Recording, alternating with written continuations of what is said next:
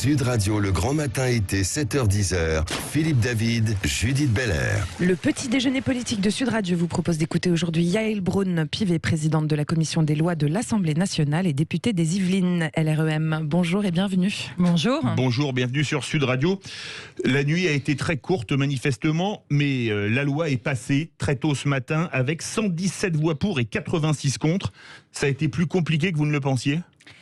Oui, ça a été long. On a beaucoup débattu, beaucoup d'amendements, parce qu'en même temps, ce sont des sujets graves et donc il fallait prendre le temps du débat. Plus de 12 heures en commission, plus de 20 heures d'hémicycle. Donc je crois qu'au moins, tout a pu être dit, chacun a pu s'exprimer et c'est vrai que ça a duré peut-être effectivement plus longtemps que prévu et la nuit a été un peu longue. Il y a eu de nombreuses oppositions. Surprise hier, dans fin d'après-midi, avec le vote contre le pass sanitaire pour les patients et les visiteurs dans les hôpitaux et les EHPAD. Ça a été rétabli cette nuit. Est-ce que c'était une guerre de tranchées entre la majorité et l'opposition ?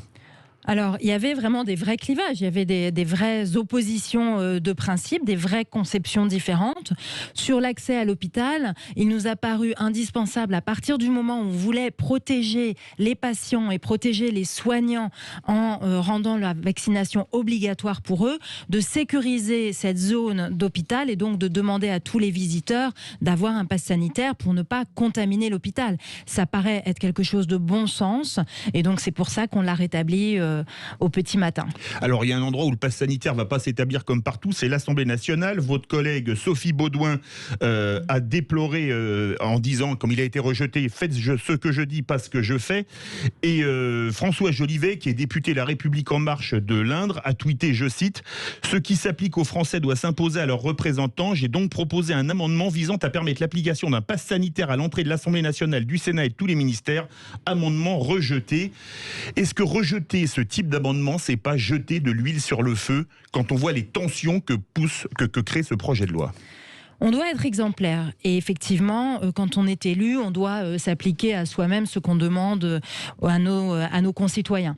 Maintenant, sur ce point précis de l'accès aux lieux de délibération, on ne peut pas refuser l'accès à un parlementaire, à un élu dans un conseil municipal par exemple, à la soumission à un pass sanitaire parce que, et on le comprend tous en fait, la liberté politique dans une démocratie, c'est fondamental et vous ne pouvez pas conditionner l'accès au lieu de délibération. Donc la raison du rejet, elle est vraiment juridique et c'est important, vous savez, quand on est en crise, quand on traite ces questions-là, de respecter aussi le droit, de respecter notre constitution. J'ai toujours pensé que dans ces moments de crise, nos institutions, c'était notre boussole, notre colonne vertébrale et il ne faut pas y déroger. Mais évidemment, les élus doivent être exemplaires et la quasi-totalité des députés aujourd'hui sont vaccinés et ont fini leur parcours vaccinal. Mais on nous dit qu'il ne faut pas aller aux terrasses des restaurants parce qu'on peut contaminer les autres, mais donc les députés peuvent contaminer les autres qui ne sont pas vaccinés. S'il y a des députés pas vaccinés, là ça pose pas de problème. Alors il ne vous aura pas échappé qu'à l'Assemblée nationale, on continue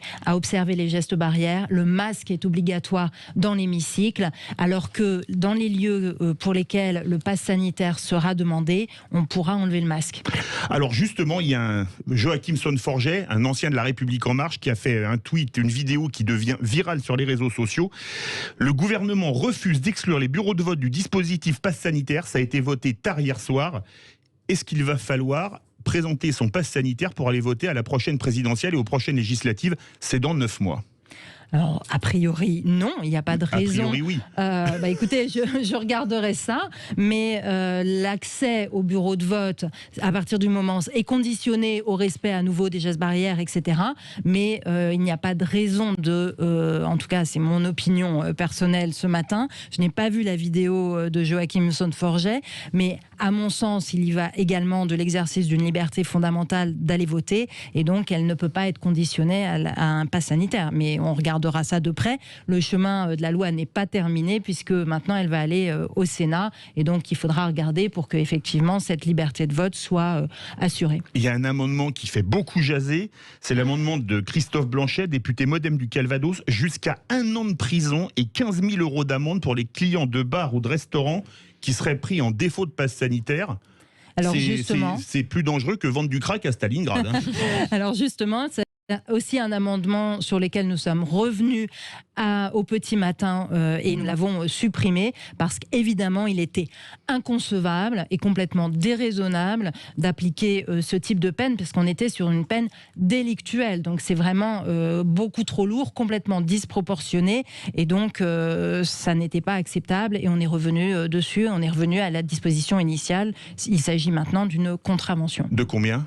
De 135 €. D'accord. Classique. Pour une personne qui irait dans un restaurant sans passe sanitaire, ce serait 135 € d'amende. Tout à fait. C'est quand même beaucoup moins que 10 000 € qui étaient prévus et après 15 000.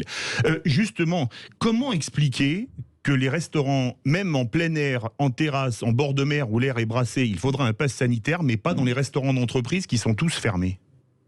Alors en fait, c'est très simple, c'est qu'il nous a paru nécessaire, encore une fois, de réussir à sanctuariser des lieux, les restaurants, et permettre que l'accès se fasse avec la certitude que la personne n'est pas contaminée et ne contaminera pas les autres.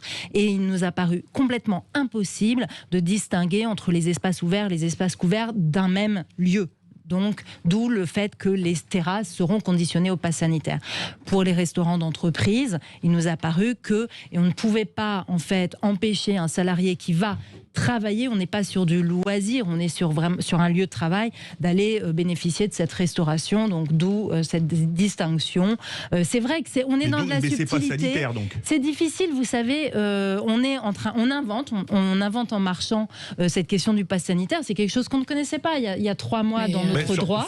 Et donc là, on est en train de l'inventer et de l'adapter à chaque fois. Et c'est pas évident et c'est subtil, effectivement. Et il faudra peut-être faire des ajustements au fur et à mesure pour bien préciser les choses. Yael Braun-Pivet, pardonnez-moi, mais les employés sont censés l'avoir, le pass sanitaire. Tout à fait. Donc pourquoi on ne leur demande pas au restaurant d'entreprise ?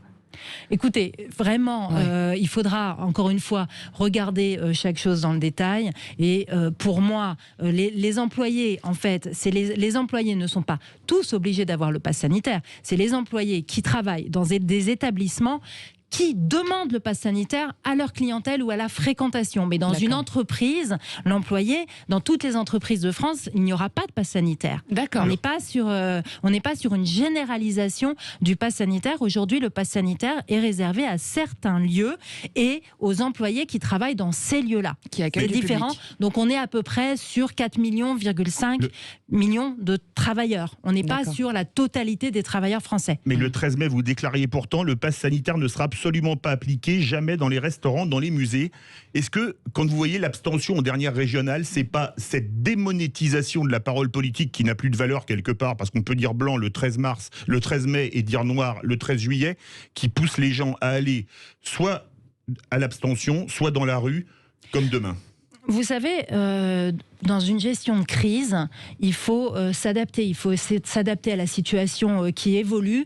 Et il ne faut surtout pas, mais surtout pas, avoir des idées reçues et des idées définitives. En mai, la situation était différente. On n'avait pas de variant Delta qui se propageait. On en parlait déjà. On en parlait, mais il ne se propageait pas à la vitesse de l'éclair sur notre territoire. Mais il et n'y a pas plus nos compatriotes alors ça commence à monter, malheureusement. Les chiffres ont été donnés hier par le ministre de la Santé au banc et ça commence à remonter malheureusement. Donc il faut évoluer, mais effectivement il faut rester très précautionneux et encore une fois très modeste, très modeste. Vous savez, dans une crise comme celle que nous vivons, on fait tous, je crois, de notre mieux et on essaye de faire juste. Mais ça n'est pas facile. Avant de et on donner la peut le parole à Judith concevoir. Belair, il y a un autre amendement qui fait couler beaucoup d'encre. Il permet la suspension du contrat de travail et le licenciement à l'issue d'un délai de 2 mois des salariés hors soignants qui seront assujettis à la présentation d'un pass sanitaire et refuseraient de s'y soustraire. Le MEDEF doit applaudir. Vous savez, il faut. Ce que nous prévoyons, c'est un processus pour lequel, effectivement, les salariés, encore une fois, de lieux qui accueillent du public, auxquels on demandera le pass sanitaire, il ne faut pas qu'il y ait 2 poids, 2 mesures. Il faut que les clients soient soumis aux mêmes obligations que les gens qui les servent. On ne comprendrait pas que dans un bar ou dans un restaurant, vous soyez, vous, clients, soumis au pass sanitaire et que le serveur n'y soit pas. Donc, Nous avons choisi d'imposer ce pass sanitaire aux serveurs. Maintenant, il y a tout un processus de dialogue. Il n'est évidemment pas question de faire des licenciements immédiats, sans dialogue, sans concertation. Donc, il y a tout ce processus-là. Mais si effectivement la personne est réfractaire, définitivement, il ne faut pas qu'elle mette en danger la clientèle qui, elle, de bonne foi, va se soumettre à ces obligations-là. Judith Belair. Oui, Yaël Braun-Pivet, vous vous félicitiez hier sur Twitter du vote validé au sujet de la loi renforçant les mesures antiterroristes et le renseignement qui a été définitivement adopté par le Parlement. Je vous cite, cette loi renforce la protection des Français et accentue le suivi des sortants de prison condamnés pour terrorisme. Ce scandale du logiciel Pegasus, est-ce que c'est la preuve des dérives de ces technologies et qu'est-ce que le texte propose justement pour y faire face? Alors là, on est dans des technologies, Pegasus, on est sur des technologies privées et le texte s'intéresse vraiment aux technologies utilisées par l'État français. Et vous savez qu'en France, on a un contrôle extrêmement accru de l'usage de ces technologies par les services de renseignement, avec une autorité administrative indépendante qui valide toutes les demandes d'utilisation de techniques et une délégation parlementaire au renseignement composée de députés et de sénateurs à laquelle j'appartiens, j'en suis la vice-présidente, et qui contrôle l'action de l'État en matière de renseignement. Donc nous avons un arsenal de contrôle qui ferait que en France, par des entreprises françaises ou par les services français, on ne pourrait pas avoir ce type d'utilisation frauduleuse.